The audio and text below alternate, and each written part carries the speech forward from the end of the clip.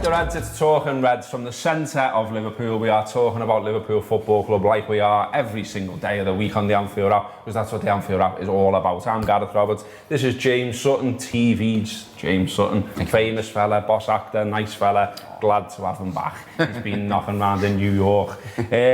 Today we are at the invitation of Dev, who is the loveliest fella in Liverpool, potentially. He runs R&H Fine Wines on Queen Avenue in Liverpool. It's worth a look. It's sort of between Castle Street and Dale Street. It's lovely, by the way. It's the old Queen Insurance building, I believe. But it's easily missed, so look out for it and get down here. And it's lovely. There's a nice little bar up there, which is new, which you haven't seen before. Dev's got his wine shop here, but this thing we're in right now is It's the Queen Bistro and Wine Bar. Get in. So this is the new thing from Dev. He's got a successful wine shop just down the way, which does really well. I believe it's very popular with the law people in the city. But also, if you just like a tipple, like I just like a tipple, I'm not a huge wine drinker, just Thursday, Friday, Saturday and Sunday. And if you go in and see Dev and just say, I normally just get a Merlot from the Spa, lad, he'll sort you out. Have a go with this, mate. Yeah, you can't. And even if you say, mate, I'm skint, have you got a nice one for a tenner? He'll go, yeah. Yeah. So he's sound, he's a good fella, and he's opening this gaff, which you can sort of see behind us, and it looks great. Going to be a bit of a soft launch, we believe, sort of around about this weekend, Friday, Saturday, and then from then on he's going to be shouting about it a little bit more, but obviously you'll be able to get these lovely tipples that Dev sells in his shop in here. And yeah, it's just a dead nice, slightly out the way, posh part of town, isn't it? Yeah, it's somewhere you wouldn't often come, but it's really, really nice. Yeah, it's lovely. Anyway, all right, so that's the plug for Dev, who is a Red also, by the way, and is often seen on the cop by the support and believe flag that you may see. So he's got proper credentials, you know what I mean? Anyway, but the Reds, news overnight, Melissa Reddy, now of ESPN, if you didn't know about that transfer news, she's left Joe and gone over there. So she's done a piece about Divock Origi. Now, Divock Origi, European champion, Divock Origi, European Cup hero, Divock Origi, the man who sunk Everton, Divock Origi, the man who scored a great header against Newcastle, Divock Origi, the fella who beat Barca almost by himself. What a guy. I mean, you could go on and on. You could go on. Couldn't you really? You could go on. I love him. He's great. I think this statue talk should happen. And if we're going to make a statue of him, we're probably going to need him to stay. It doesn't really work if he goes right away, does it? And the news from Melissa is that whatever happens this summer, Divock is staying. So I'm absolutely delighted for this. What Melissa's saying in a report, if you haven't seen it, is basically there's obviously been some talk, some speculation about there's going to be talks over a new contract. He's only got 1 year left. What Melissa is saying is that as she understands it, he's staying regardless. So if the contract talks go on and go into January or whatever, fine, Divock is staying. Because obviously, you know, there's the possibility he could leave for nothing. Now what she also says, which is interesting and doesn't surprise me, is she basically says in much better words, he's sound. So he's not running down his contract just to make money. He's more about being settled, getting game time, doing what's right for his family and himself and things like that, which is absolutely fair enough. And I kind of think, you know, if you said to me what you think Divy's like, it would be that. Yeah. He doesn't, you know, he's a nice fella, isn't he? And you know, in terms of the manager that, you know, Jurgen Klopp and what he does, he likes to create like a family atmosphere. You know, these lads, it's all about the dynamic. It's all about how well these guys get on, and they support each other, and they play for each other, and they look out for each other.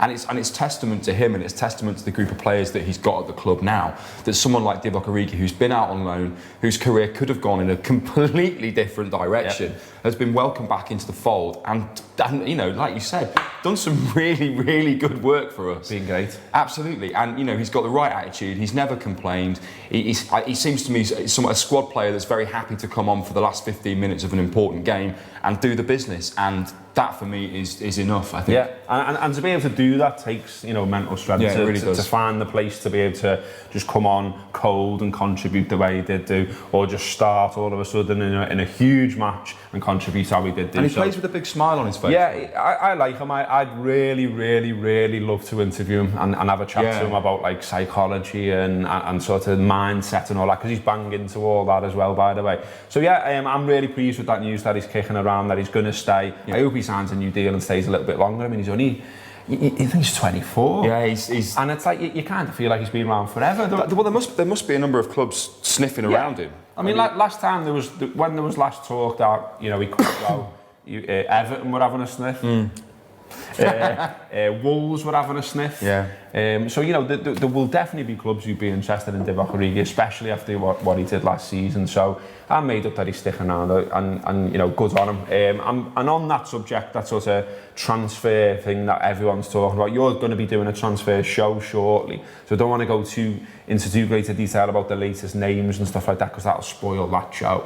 But we were just talking about the comments from John Henry, the comments that have sort of generally come out of FSG, and I mentioned as well in Melissa's piece, which is the idea that the club are willing to back Klopp, the club are willing to go and buy, but they're trying to be sensible out of all this. There's always a clamour in the summer, isn't there, for newness, for new faces, for better players and all the rest of it. But as we know, there's a smaller and smaller pool now for Liverpool to buy a player that will actually improve the squad, isn't there? We're European champions, 97 points in the Premier League, and there's no point in just going and getting a body in. We're talking about that then, weren't we, about, once upon a time, Rafa, God love him, and I do love him, but there were times there where he'd go for his number one target, he wouldn't get them, and he'd start dropping down a list, and then you'd end up with Jermaine Pennant at the club. I think there's an argument to say, unless you're getting in absolute nailed-on belters or absolute nailed-on potential that you think are going to be a belter, almost what's the point? Like, we shouldn't pad for the sake of padding. No, and we don't need to. We don't need to. We need people that are going to improve the squad. I completely agree with that. What I would say, and what I was saying to you before, is the reason that Manchester City finished a point above us is because of the quality of their squad. If you look at their bench compared to our bench, there is a gulf in class there. There is, they can bring on, Jesus, they can bring on Sane, Aguero. Yeah. They're big names, and that for me is where we need to improve. The problem being, how do you sell that to a world-class player? You can't just go, oh well, listen, we're bringing you in to be a squad player. Well, that's not going to happen. Well, you're not going to displace Mane or Salah or Firmino. That's just not going to happen. And there's the wage structure the wage structure as well, which is.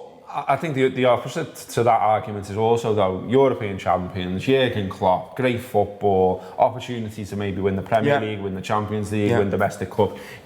It's a good club and it's in a really good place right now. And you look at, I get that argument, and there is obviously, for some players that will apply, but I think for other players, I mean, you look at, Chamberlain could have gone to Chelsea, absolutely. Liverpool. Van Dijk could have gone anywhere. Let's be honest. It's an attractive prospect. There's no doubt about that. It's just tricky, and also, the kind of model of the player that we've signed over the past 4 years has been young, often from relegated teams, players that they identify, or the computer identifies as players that are going to step up and could become world class, rather than buying world class players that will instantly improve the squad. So there's a real difference there between what I think we need and what I think the club and Jurgen Klopp are prepared to get in, which is why I think all this talk of Mbappe is brilliant, and I love being in that conversation. But I can't see a way that we get a player of that calibre and that price to come into our first team. That just doesn't fit the model that we've kind of set up. But like I say, to be in the conversation... He's having a big flair, Tim, isn't he? Oh, isn't he a little tart? Did you see that video? I mean, obviously we had the thing the other day where Paul Choice retweeted a video where he's knocking around with LeBron James, and LeBron James has got a small stake in the club, and everyone's going, ooh. Paul loves that, doesn't he? And then someone else had sort of looked at Instagram and said, hang on, he follows all these Liverpool players, but that might just be in the algorithm and not actually new follows. We're one step away from tracking planes again. I know, we're not far off, are we? But the latest one, if you haven't seen it, is he's done an interview and he's asked sort of what team you would go on FIFA, I think it was. It was something quite like sort of flimsy. And he just sort of goes, well, Liverpool, they've just won the Champions League, and it's like, oh hello! He's heard of us! Oh my God! He remembers getting beat at Anfield, and he wants to be on the side that wins next time. I mean, look, wouldn't it be amazing if he come, but is it likely, like you say, probably not. No. The wages he'd want, and if he was available, Madrid are just pulling money out of their arse. And also they've sold the training ground for the fifth time to the government or something, and they've got not dodgy at all. Absolutely fine. Absolutely fine. But it's also what it does to the rest of the team and the squad as well. If you bring in a player like that, with on those wages, the knock-on effect. you know, you've suddenly got Trent Alexander-Arnold knocking at the door asking for an extra 50 grand a week, you know. So yeah, exactly. It's lovely, or but Van Dijk or whoever. Don't get too excited. I thought I was the best player and blah, blah. But yeah, there's loads to talk about. As you can see, we could carry on going on here, but we have got a transfer show coming out, so I'm not going to spoil that. There's podcasts as well, there's writing on the website, there's stuff on Twitter, Facebook and Instagram, as there always is. Basically, there's loads going on with the Anfield app. There's also a new price structure coming in around the subscriptions. I'm not going to bang on about it here, but Neil has banged on about it somewhere else. If you want that explanation, it is in the subscribers group on Facebook, and you should have had an email about it as well. If not, head over to the subscribers group and find out all about it. As I say, I'm not going to explain it here, but I just thought to give it a little mention. And finally, of course, like we said at the top, come to this place. Come to this place, come and see Dev. Dev's a great fella. And not only can you get advice off him about, you know, nice tipples to take home and have with the missus and things like that, he'll talk to you about the Reds as well, because he's a proper Red. He just told us a story that we're definitely not going to tell.